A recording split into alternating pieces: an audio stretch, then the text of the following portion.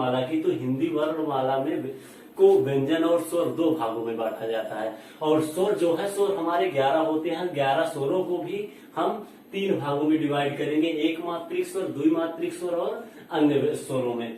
तो जो एक मात्रिक स्वर है उन्हें हास्य स्वर भी कहा जाता है।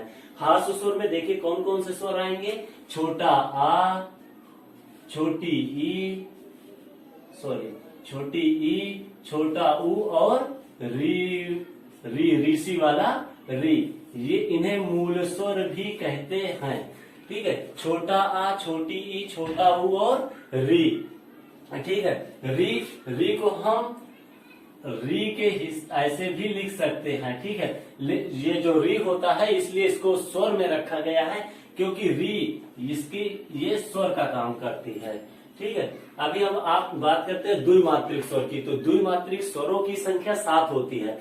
तो द्विमात्रिक स्वरों को भी हम 2 भागों में बांट सकते हैं, एक दीर्घ स्वर और संयुक्त स्वर। ठीक है, दीर्घ स्वरों की संख्या 3 होती है। ठीक है, जो दीर्घ स्वर छोटा आ प्लस छोटा आ बराबर बड़ा आ, ये इसलिए दीर्घ स्वर है क्योंकि ये 2 स्वरों से मिलकर बने हैं। और ठीक है, ये छोटा आ प्लस छोटा आ मतलब एक ही परिवार के हैं, तो एक ही परिवार से मिलकर बन रहे हैं, इसलिए बड़ा आ, तो इसको हम दीर्घ स्वर कहेंगे। दूसरा है छोटी ई प्लस छोटी ई बराबर बड़ी ई। ठीक है, छोटी ई और 2 छोटी ई को मिलाकर बड़ी ई बनता है। और तीसरा है हमारा छोटा ऊ प्लस छोटा ऊ बराबर बड़ा ऊ। ये हमारे हो गए 3 दीर्घ स्वर। अब हम बात करते हैं संयुक्त स्वर की। तो संयुक्त स्वर में वे स्वर जो एक ही प्रकार के ना हो। तो अब हम बात करते हैं छोटा आ प्लस छोटी ई, ठीक है, बराबर ए। ठीक है, ये एक हो गया। दूसरा छोटा आ प्लस ए बराबर ए, एनक वाला ए। ठीक है, अब हम आ प्लस ऊ बराबर ओ, ओखली वाला ओ। ठीक है, और आ प्लस ओ, ओखली वाला ओ बराबर औ। ये हो गए औरत वाला 1 2 3 4। ठीक है, ये हमारे 4 संयुक्त स्वर हो गए, 3 दीर्घ स्वर, 4 संयुक्त स्वर। जब कभी भी पूछा जाए कि दीर्घ स्वरों की संख्या कितनी होती है 3 और द्विमात्रिक स्वरों की संख्या 7। ठीक है, अगर जब भी पूछा जाए कि द्विमात्रिक स्वरों की संख्या कितनी होती है 7 और दीर्घ मात्रिक स्वरों की संख्या, दीर्घ स्वर की संख्या 3 होती है और संयुक्त स्वर की संख्या 4 होती है। ठीक है, अब हम बात करते हैं अन्य स्वर की। अन्य स्वर में अयोगवाद आ जाता है। अयोगवाद में कौन से स्वर आते हैं? अयोगवाद में हमारे आ जाते हैं अन, अन और आहा, अन और आहा। ठीक है, अयोगवाद में 2 स्वर आते हैं, अन और आहा। अन को अनुस्वर भी कहते हैं, अनुस्वर। ठीक है, और आहा को विसर्ग। अयोगवाद में 2 स्वर आते हैं, अन और आहा। अन को अनुस्वर और आहा को विसर्ग कहते हैं। प्लुप्त स्वर, अब जानिए प्लुप्त स्वर क्या होता है, जिसमें बीच में थोड़ा लंबा तनाव हो, जैसे ओम, इसमें लंबा तनाव हो इसलिए इसको प्लुप्त स्वर को ओम। ओम में जो ये होता है डंडा, ये ओम का काम करता है। ठीक है, तो ओम जिसमें खिंचाव हो।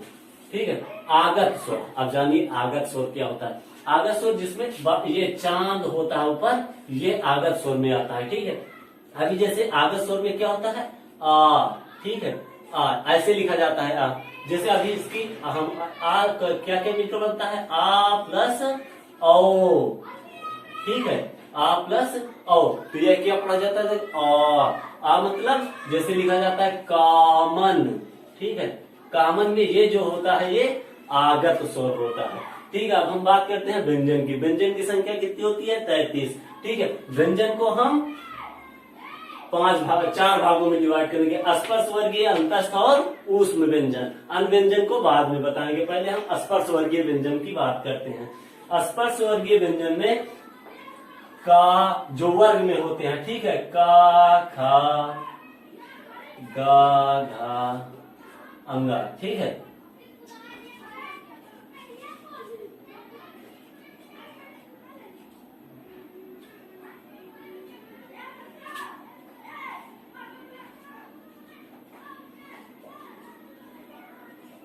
टा ठा डा ढा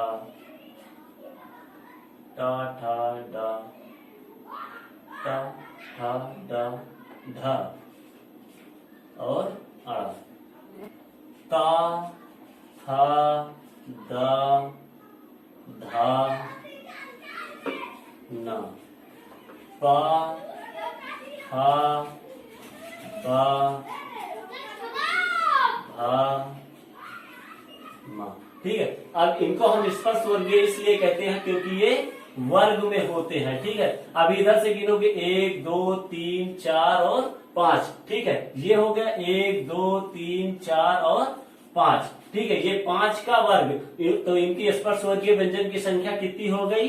25, ठीक है। स्पर्श वर्गीय व्यंजन की संख्या हमेशा 25 ही होती है। अंतस्थ व्यंजन, अंतस्थ व्यंजन में वो आते हैं या रा ला वा, ठीक है। अंतस्थ व्यंजन में या रा ला और वा, ठीक है। ऊष्म व्यंजन में देखिए कौन से आते हैं। ऊष्म व्यंजन में हमारे तीनों सा और हा, ठीक है।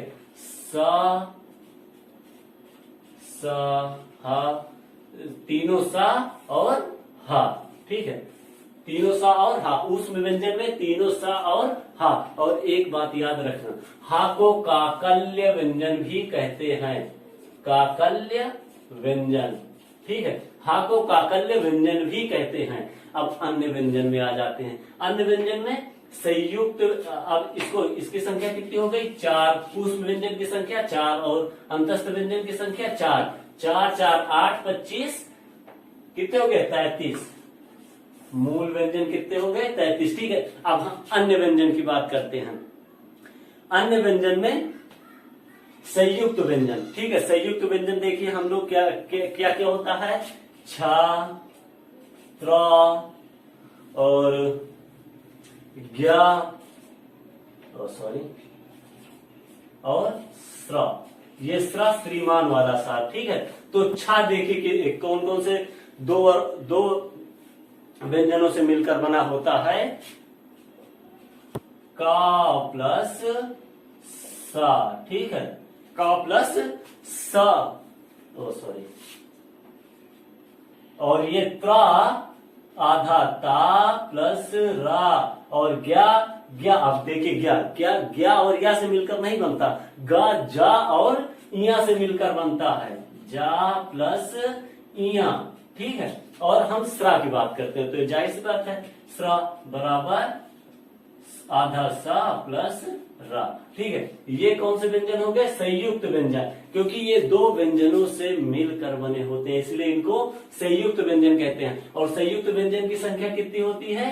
4। कितनी होती है संयुक्त व्यंजन की संख्या? 4। चलिए ठीक है, संयुक्त व्यंजन हो गया।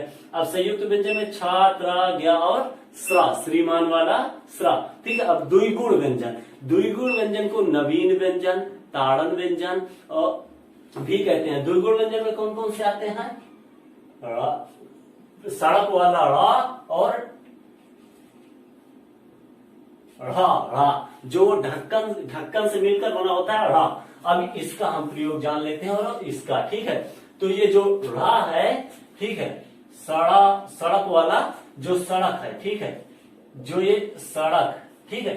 तो ये जो रा है, ये जो बीच में आएगा तब इसको रा पढ़ेंगे, ठीक है। सड़क से इसको सड़क नहीं पढ़ेंगे, डा, जो डा जब पहले आता है, जैसे डलिया, जब ये डा पहले आएगा तो इसको डा पढ़ेंगे। अगर बीच में शब्द के किसी बीच में आता है तो उसको हम, या बीच में या बाद में आता है तो उसको सड़क पढ़ते हैं, ठीक है, रा पढ़ते हैं। ये ढा और रा में अंतर देखो।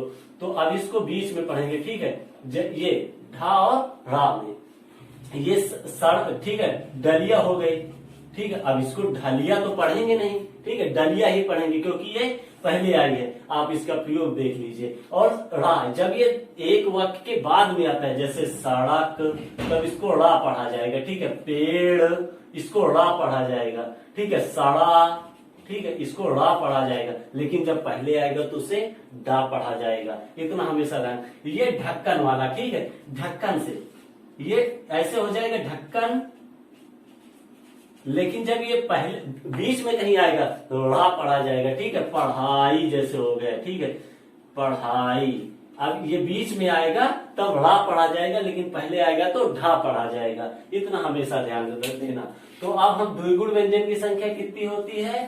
2, ठीक है, और संयुक्त व्यंजन की संख्या 4।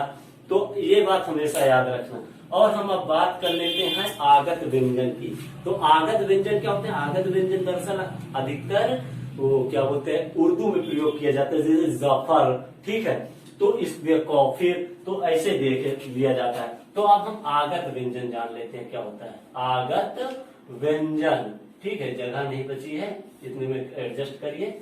आगत व्यंजन, आगत व्यंजन में देखिए हमारा कौन से आगत व्यंजन कितने हैं? 4, ठीक है, का, खा, जा और फा। लेकिन इनमें हमेशा एक बात ध्यान देना, का के नीचे एक बिंदी होगी, खा के नीचे बिंदी, जा के नीचे बिंदी और फा के नीचे बिंदी। तो ये कौन से व्यंजन हो जाएंगे? आगत व्यंजन।